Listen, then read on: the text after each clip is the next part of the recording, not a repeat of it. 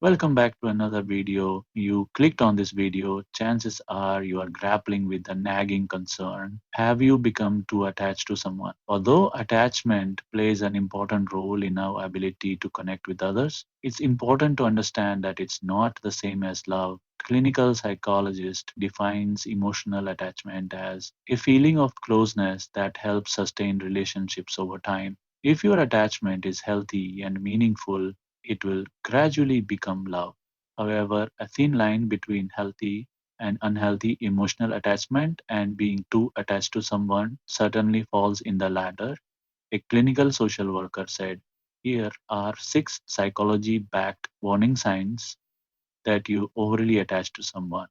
Number one, over idealizing. Do you often fantasize about a future together after just meeting them, or find yourself romanticizing everything they do? This behavior is known as idealization, and according to clinical psychologists, it's a maladaptive way of coping with an anxious or unhealthy attachment towards someone. This can't possibly live up to. You may also be ignoring or excusing their red flags and choosing to only see what you want to see. Number two, being alone. Another sign of over attachment is the tendency to seek out relationships just to avoid being alone, says clinical social worker.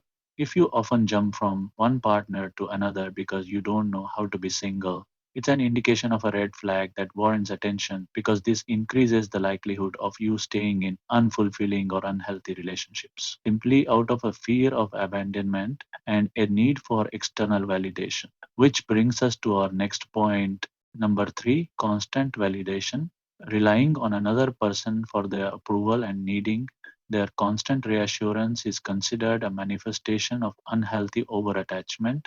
According to therapists, seeking constant validation and defining your self worth solely through your relationship can be detrimental as it can erode your self esteem, make you susceptible to manipulation, prevent you from expressing disagreement, and leave you emotionally unstable.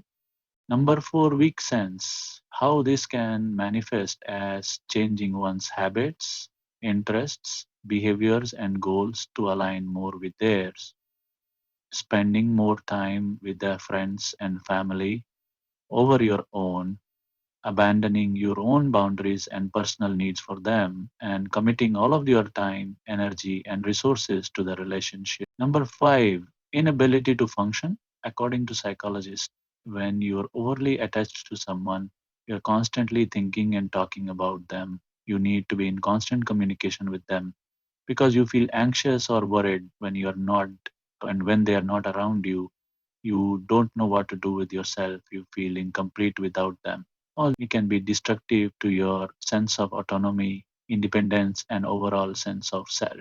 Number six, unbalanced power dynamics in a relationship, a sign of an unhealthy emotional attachment. Because when one person takes much more than they give via time, effort, consideration, or attention, it can cause problems like codependence and emotional burnout.